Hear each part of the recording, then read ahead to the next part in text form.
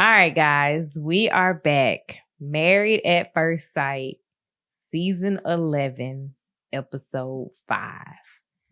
Honeymooning. Honeymooning. I miss our honeymoon.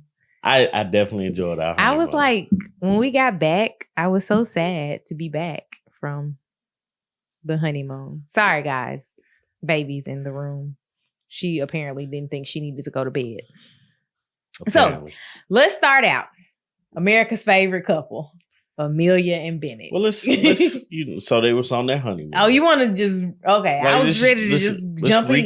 Let's recap the episode real quick. Okay. So they was on their honeymoon. Uh-huh. And their honeymoon is in Cancun. Uh-huh. I didn't know that from the last episode. Well, I didn't pay attention from the last episode. I did. I actually looked up the resort. Yeah.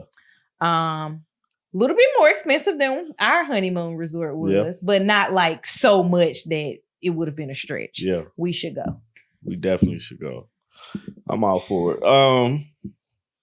They did a couple group where they met up as a group. Mm-hmm. Did a couple excursions. At this point, you get to see them interact with each other, the couples interact with each other. Mm-hmm. And they got more into questioning each other, like learning more about each other and stuff. These were that. Producer prompted questions, right. Of course. Obviously, they weren't like things that we would have asked someone. But I digress.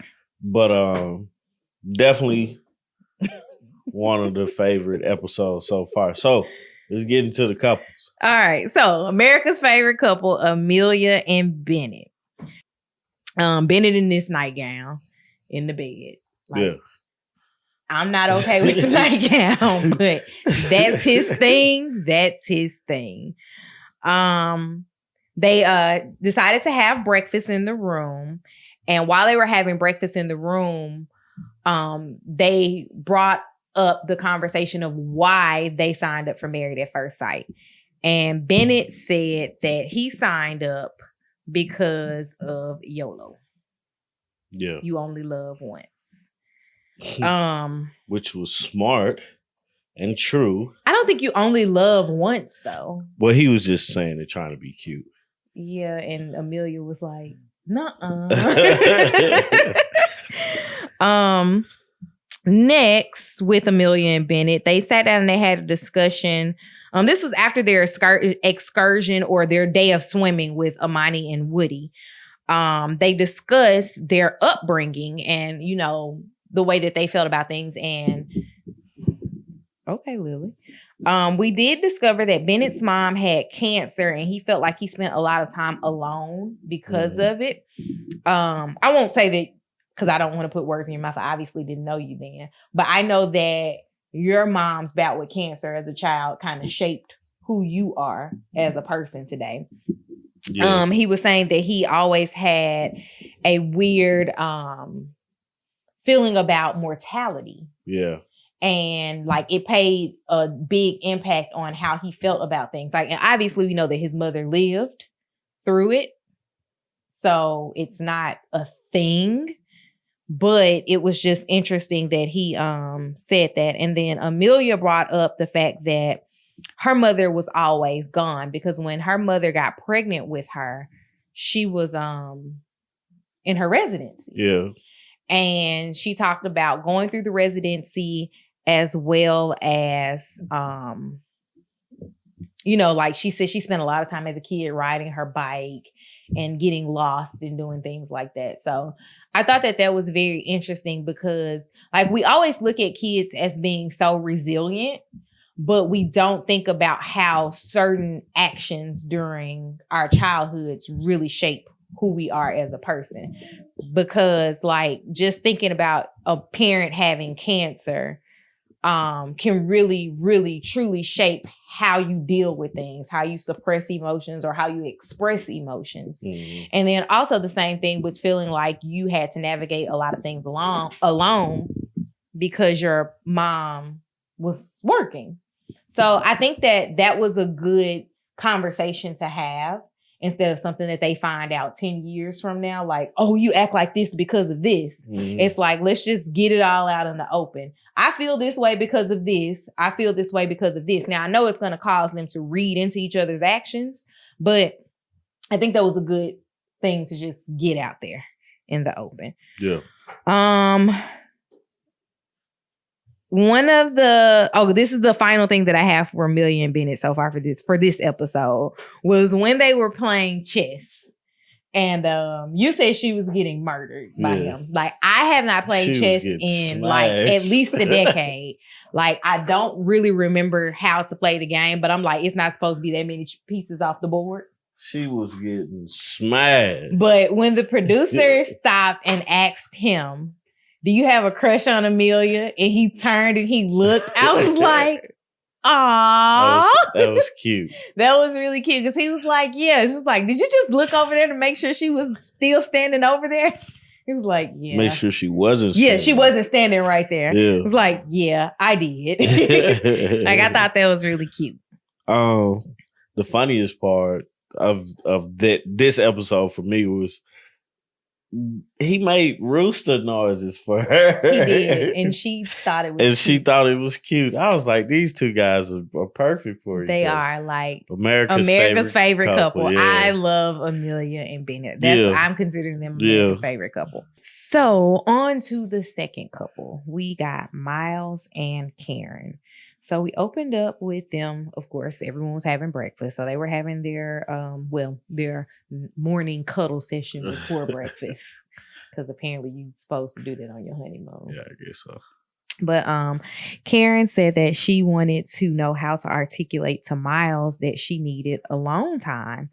And that's something that I personally have struggled with in our relationship. But I think it's a little bit because of how I grew up versus how you grew up. You always had people around. Yeah. I didn't. It was just me and my mom. So even in your core family unit, it was more people. Yeah. So it makes sense that, you know, you like being around people and I need the alone time to recharge. So navigating that is definitely difficult. Karen, I have no advice for you because I'm married to Mr. Life of the Party here. Mm-hmm. It's not as bad as Woody, obviously. So, you know, you got that working for you. They did talk about graduating from being strangers to being my stranger. Yeah. You didn't like that at all. I thought it was weird. Like, reason why I thought it was weird just because it doesn't help anything. Like, it's kind of like the oxymoron. Because you know coming into the thing you're marrying a stranger. I think it just makes her feel better. I just feel like you don't go into the situation saying, "Oh, you're a stranger." That's unnecessary. When you're trying to get to know somebody, you don't go in and be like, "You're a stranger. You're a stranger danger." Yeah, you don't. But you're trying to get to know them. Like that's true. That's true. So I didn't really care for the being called a stranger thing because I felt like we've seen that in previous seasons. Yeah. And it didn't end well for anybody that. Well, one couple it did. It did. Jeffy and Shanice. Yeah. But that's what got us started. What got me started. You started. Yeah. It was crazy Brandon that did it for me. So after that, they did discuss Miles's parents being divorced and how he wanted to have a long-lasting marriage like his grandparents. And I think it's okay to speak for you in this regard. Yeah, I didn't see that before. As two people who looked at their grandparents' marriages as the epitome of marriage, like, I get it. Mm-hmm. Like, your grandparents were together over 60 years. Yeah. The year that my grandmother passed away, if she had lived to their anniversary, they would have celebrated 50 years of marriage. So for that to be what you see, you want marriage to be that way. But you get to see the reality of marriage through them too. You get to see them being upset with each other. You get to see, you know, all of the different sides of it. Although it's not in your face, right? It's there. So for him to have been a person who was like, he dates for marriage, I rarely hear men say that until they're at the stage of their light being on, where the light being on is the symbolism of they're ready to pick up a wife, like right now. Like, I'm ready to get married right now. Yeah. So I did see that in that conversation. And then they discussed her last relationship versus all of his relationships. So Karen is 30 and said she had only been in 2 serious relationships since she was 18.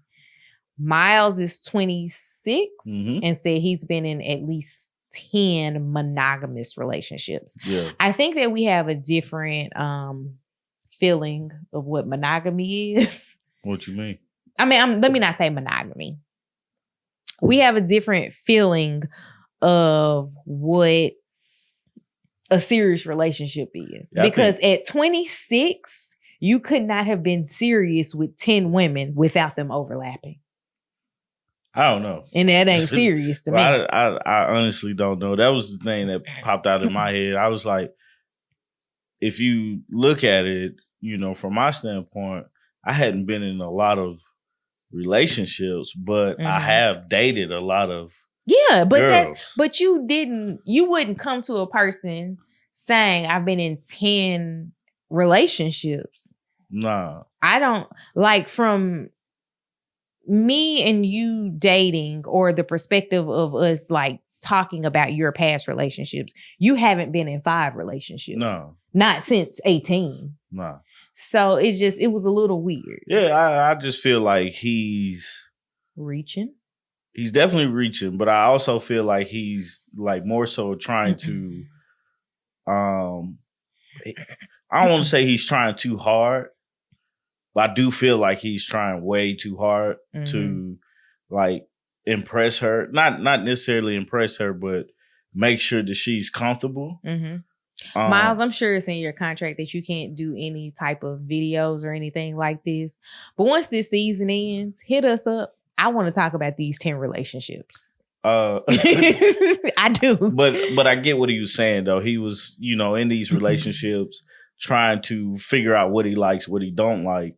And that's the only way you can do it. Like for me, it was, I'm not trying to get into a relationship. I don't know what I was looking for, but I wasn't looking for a wife.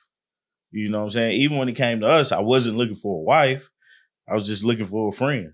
Right. You know, even though their situation is different because they come into the situation married. You know, so I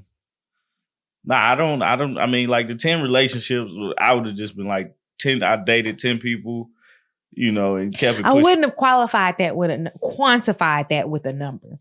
Like, I mean, like, but they was talking about a number. So that's the thing. They were talking about a number. I would have gave a number. I wouldn't have given a number. I would have been like, I dated more than 2 people. Do you think his age bothers her? Yes, absolutely. She looks at him like a child. 4 years is a lot. Yeah. Like at that age. Yeah. Not necessarily. Not at that age. That's 26. He's definitely a grown man. Yeah, but 4 years before that, he was in college. Right. 4 years before that, she was still grown. Not in college. I mean, like they're 2 adults and they're married at this point. So I think I'm not up here trying to say they not giving. I'm not asking what's his intentions with her. No, I just feel like her on the age. I think the age thing bothers her. That's why I asked that. Just because he does have some, like calling her a cougar. Yeah. Like that bothers her. She said it. She was like, it bothers me. Yeah. So that when they went on an excursion with Woody and Amani, which was an obvious coupling for an excursion because it's your best friend. He just got married too. Let's do this. Right. That excursion looked fun. Yeah. Like I would do that. Yeah. But he was on the bus on the way there. He was calling her a cougar. And I mean, I'm not dating a younger man. My husband's older than me. But I think that I would feel a way if this guy that was 4 years older than me 4 years younger than me kept calling me a cougar. Like kept calling me that, kept calling me that, kept calling me that. It's like, dude, like chill out. What's your issue with me? Right. And my age? Because I mean, you already have things at 30 that you feel like, I don't know why 30 feels like a magical number that you should have accomplished something, but you already have these things that you feel like you should have accomplished by 30. And obviously marriage was one of them for her. So it is what it is. You got anything else about Karen and Miles? No. All right. So moving on to... I got notes. Henry and Christina. I'm going to take a pause for the calls before I start with them. I have to say, what you got? Man, they are just not doing it for me with TV. They started off, Christina, or actually the two of them were talking, and they were saying... They wasn't talking. Okay. They were just sitting at the table. She was talking. Yeah. And he was like, she compared their relationship to Woody and Amani's. Which I think he did, and she was like, she was the one that was vocal about it. She was the one that was like, "Don't do that." Yeah, she said, "Don't compare," but it was like they were having the conversation of chemistry, and I honestly don't believe that any other couple was gonna have Woody and Amani's chemistry, and I don't even think that Woody and Amani have as much chemistry as everybody trying to make them out to have. I think Woody is just charismatic, and so she has no choice but to match his charisma of sorts. But Henry also voiced in his confessional that he was concerned about Brett's intentions. Yeah, when he said that, man, I was like, dude, you need to focus more so. That was a producer question. You need to focus. All your focus needs to be on Christina, because at this point, it's day 3 of y'all marriage and y'all not talking. Right. She seems to be completely miserable. And they're not talking because she is used to being led. Yeah. And being the person that follows along. And he is used to being led and the person that follows along. So one of them has to step in, which is Christina, and become the dominant person to drive the conversation, to drive the activities. So like I did enjoy that she drove the activity of going on an excursion. Yeah. Because I don't believe that he would have left the resort under any other circumstances. No, probably not. Like I enjoyed seeing him like get out of his comfort zone. He still seemed very, very, very uncomfortable in that mudslide. Oh, he so he didn't get his hair wet. And I felt that was very black girl of him. Because I was like, while we were watching it, the first thing I told Tommy was, if I was planning on doing that, we would have had to stop by a convenience store to get me a like swimmer's cap of some sort, because black girl hair don't get mud in it, and resorts do not have the appropriate type of shampoo. But he can use the resort shampoos, I'm guessing. And everything would have been fine. I hope that he's able to, in this experience, even if things don't work out with him and Christina, in this experience, he's able to loosen up. Yeah. Like, he's not done it. Like, getting on the trampoline thing was wild for him. Right. That was the wildest thing he had done. And what he's saying. And Christina was looking at him like, what? What kind of life did you live? Right. But no, another thing that I noticed about them was, beside the fact that she seems to be miserable throughout this thing, but Henry seems to be out of his element as well. I don't forgot what he said during the episode, but it's pretty much what I got from it was like he never had done anything. Like, he didn't take risk. Right. It was like everything's calculated, but for this was the big, I never approach girls. I'm going to just jump right in and get married. Oh, yeah. He said when they were getting ready to jump on the trampoline, for marriage, I'll do anything. Yeah. And I was like, that sounds good, but you need to have the actions behind that. The action definitely. And like getting on a mudslide wasn't something like crazy to do for marriage. So for that, I wish he had like pulled a little bit more out of himself to like be in the moment, but he's experiencing first. And like, I'm proud of him for that. I feel like a mama bear for him. I'm proud of him for experiencing those first, but I do want him to like loosen up, live a little, and just let himself go, because this is 8 weeks that like you can go back to your normal everyday life if you choose to not stay married to Christina. Like, live a little. Right. That's all I got. I think they actually, I can kind of tell why they got hooked together. Why? Just because of their quirks. Like they're two extremes. But if Henry opened up, loosened up, I think they will be a lot more compatible. Unlike what you said, somebody lied on the application. I do think somebody lied. In their assessment, they put the person that they in their mind think they are, not the person that they actually are. Yeah, but I think if he opens up, and once he opens up, I think for Christina it'll be a lot better on her end, because now she's being tested and it's way early. In the relationship. Like, that's really crazy to be tested in your relationship on day 3. Right. It's wild. Like, you and your if you weren't married, I would be like, girl, it's not going. Yeah, right. Okay, so anything else for them? No. Okay, next couple is Woody and Amani. So we opened up with Woody and Amani hanging out in their room. Well, yeah. No. Well, no, in their room. Oh, okay. Yeah. I don't think we saw anything with them. I missed that part. I might have too. We had a little bit of stuff going on in the beginning. Yeah. Trying to get things together. But they were hanging out with Amelia and Bennett, and Woody lost his ring. Rookie mistake. Man, rookie mistake. When I sold jewelry, and I sold jewelry for like 7 years, there were so many men that came in after vacation replacing rings. Yeah. So I'm sure if he would have done a deep dive, he could have found his ring at the bottom. Well, man, Amani's face when he told her that I can't find my ring. I thought she was gonna go off. Oh, I thought she was. I was like, dude, you are in trouble. You should just took it off. But she like turned it around and she was like, it's not the end of the world. And then she was like, you want to come take a shower with me? Right. I was like, lose your ring, go get a shower with your boo. What else he gonna lose? I don't know if you noticed this, but Bennett was in his drawers. He was. And Woody had a problem with it at first, but he was like, that's Bennett. And I feel like every couple has that feeling about Bennett and Amelia. They're like, and it's more so Bennett than Amelia. Right. They're just like, it's them.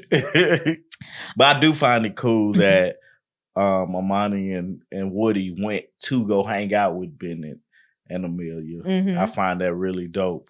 But excuse me, I also think that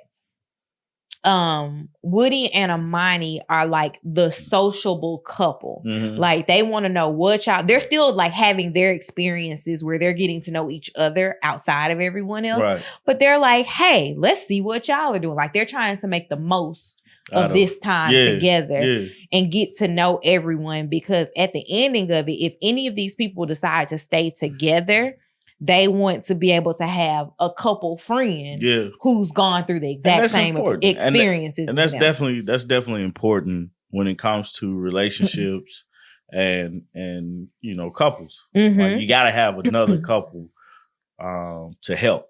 You know. Another thing I noticed, I don't know, were you done with that whole? I was gonna move on to Amani's past relationships, but you keep on where you were. I'm sorry. No, go ahead. I was gonna talk about Amani not having sex as much as Woody. What's the way I want to put this? I guess you have to look at it from like standing back. She could have had a lot of sex and he could have just had a lot more sex. Possible.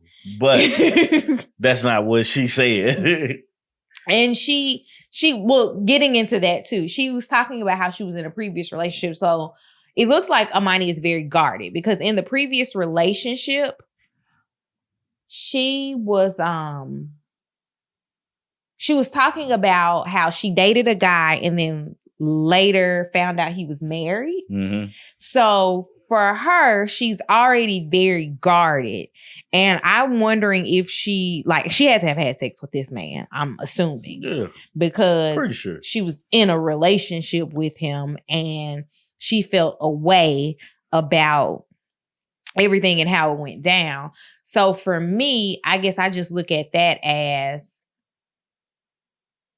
you were in this relationship with this man and you gave that relationship your all and then it didn't work out. Like, nah, I'm not going to do that again. So it's like being on this show, it's like, okay, I get a chance to start over, but I don't have to have sex. Like I can remove that from the situation.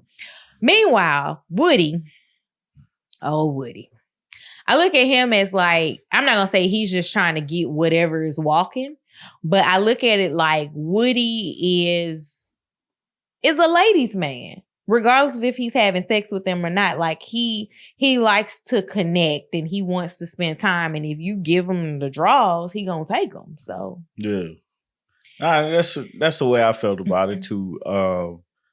With Amani being honest with him, like I can appreciate that. Mm-hmm. You know, hey, I'm not experienced. I want to do this, Mm-hmm. but then what happens when we do have sex? Right. You know, I like being mature enough to actually have that conversation, knowing that, hey, yeah, we want to have sex with our spouse. Mm-hmm. Like if it's day one and this the first time I'm meeting you, or if it's day forever and I've been knowing you for the last all my life. Yeah. I guess I look at it like I understand why she's guarded, because this is, for all intents and purposes, it's an experiment. Mm-hmm. And it's 8 weeks. And at the end of this 8 weeks, you choose if you're going to continue to be married to this person. Yes.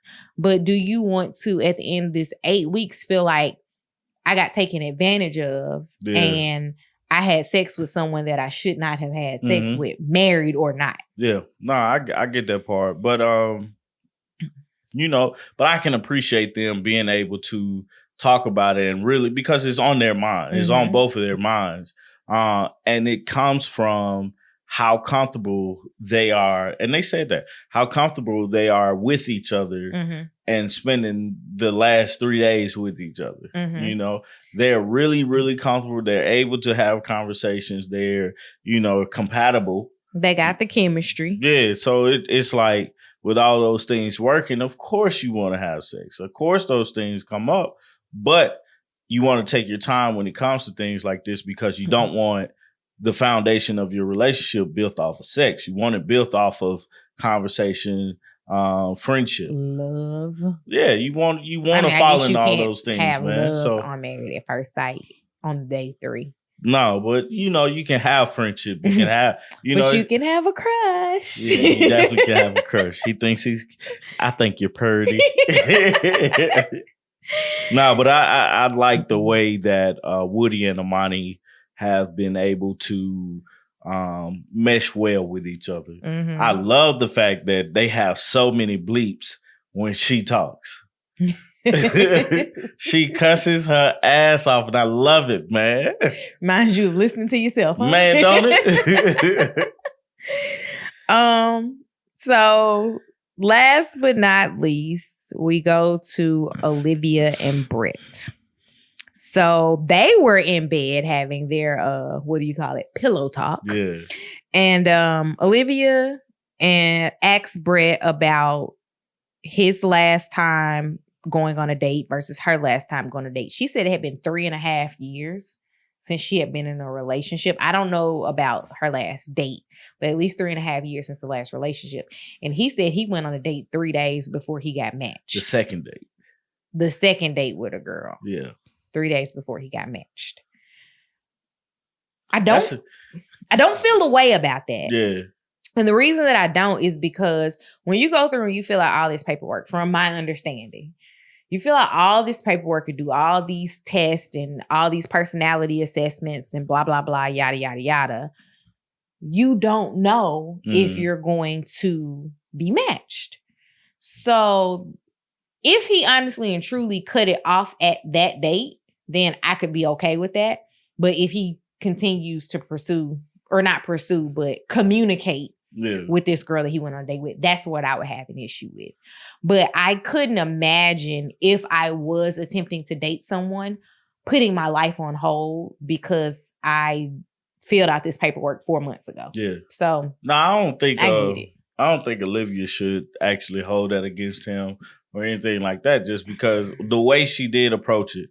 Hey, you know, it's the second date. Would you have gone on a third? And stuff like that. Now, he cut her off very abruptly about going on a third date. He was like, I didn't hear. Yep, right. I mean, and it can be that cut and dry, but I feel like in the getting to know you phase, romanticize me. Make it seem like you felt like I was going to be the one. Yeah. And that's why you didn't pursue anything. I don't know. Just do something. I mean, like, he was just trying to end the conversation. You do that. I mean, he was trying to end the conversation. But with them, it wasn't much with them this time.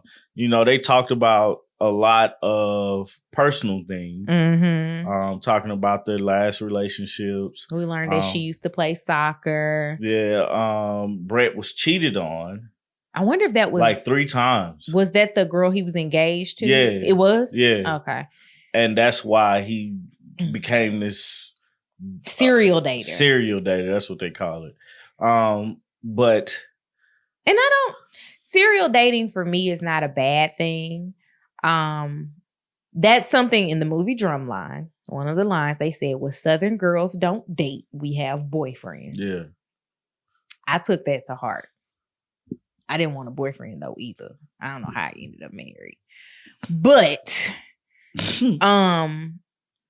in the South, you really don't have a lot of girls who are frequent or women that are frequently dating. They're usually trying to get into a monogamous relationship. And guys are able to take their pick at dating because they're like able to entertain all. If you do just enough, you can entertain a number of girls. Just send the same what you doing text message. Just change the hey beautiful, hey gorgeous. Picks up. Yeah, whatever. But I can't fault him for being a serial dater, especially if that's what you want to be. It has to get expensive being a serial dater because everybody's not a Netflix and chill. A lot of this is going out to dinner, going out for drinks, and that can like run up a tab quickly. Get expensive. But I'm not going to fault him for that. And during that same conversation, they talked about their familial aspirations. And Olivia said she does not see herself as a mother. Yeah. And he was more so of, I want to have kids if the partner wants to have kids. Mm-hmm. I'm looking at that situation like, bro, you want to have children. Not everybody wants kids, though. Yeah, like he does, though. Like, regardless of anything, he wants to have children. I guess I spent a time of my life thinking that I wasn't certain if I wanted to be a parent or not. The thing about parenthood for me, and I know this don't have anything to do with this review, but it's an honor to be a parent. Okay. Because being a parent holds so much responsibility for the next generation. Mm-hmm. And to be able to say, well, this is what I did for my child. This is what I'm teaching my child. This is what I'm showing my child to better the world for the next generation. Mm-hmm. Because in some shape, form, or fashion, your child is going to impact the world. Lily is going to impact the world in some form. Not just tearing books off of a bookshelf. Right. But, and that's the thing. It's an honor to become a parent. It's an honor to parenthood is like a crown that you wear, and you be proud of it. But everybody doesn't think of it that way. Everybody doesn't. A lot of people think of parenthood as a burden because it is the most selfless thing that you'll ever do. Yeah. So I get it because I spent a great deal of my younger 20s saying that I really wasn't interested in being anyone's mom. And now look at me in my 30s. I'm somebody's mama. Yeah. But yeah, Olivia and Brett, man, they ain't really do much for me this week because they was talking about personal things. They definitely did the obstacle course thing. Oh yeah, he burned his hands. And he got his hands messed up. The weirdest thing that they did was they have to brush their teeth together. Like she was like brushing their teeth together, and then they started talking about peeing in the shower. I was like, that's one of the weirdest conversations and stuff like that. But I don't know how they got to peeing like in the peeing shower. in the shower. They talking about peeing around each other. Oh yeah, because he said no, that he didn't want to poop around her or be pooped around. No, it was he said no, he didn't want her peeing, and she was like, peeing doesn't bother me, but pooping does. Mm-hmm. Like you shouldn't poop. That should be private and stuff like that. But I think that's cool. I think they had that conversation. It's kind of like a loosey-goosey conversation. I don't remember if we ever had that conversation or if you just started going. I don't know. But I'm not here to talk about that. I'm not either. I'm just saying. But yeah, I think for Olivia and Brett, this episode, you saw more of the conversations that they were having. The expressions that they It seems like they're the ones that are actually trying to get to know each other at the honeymoon stage.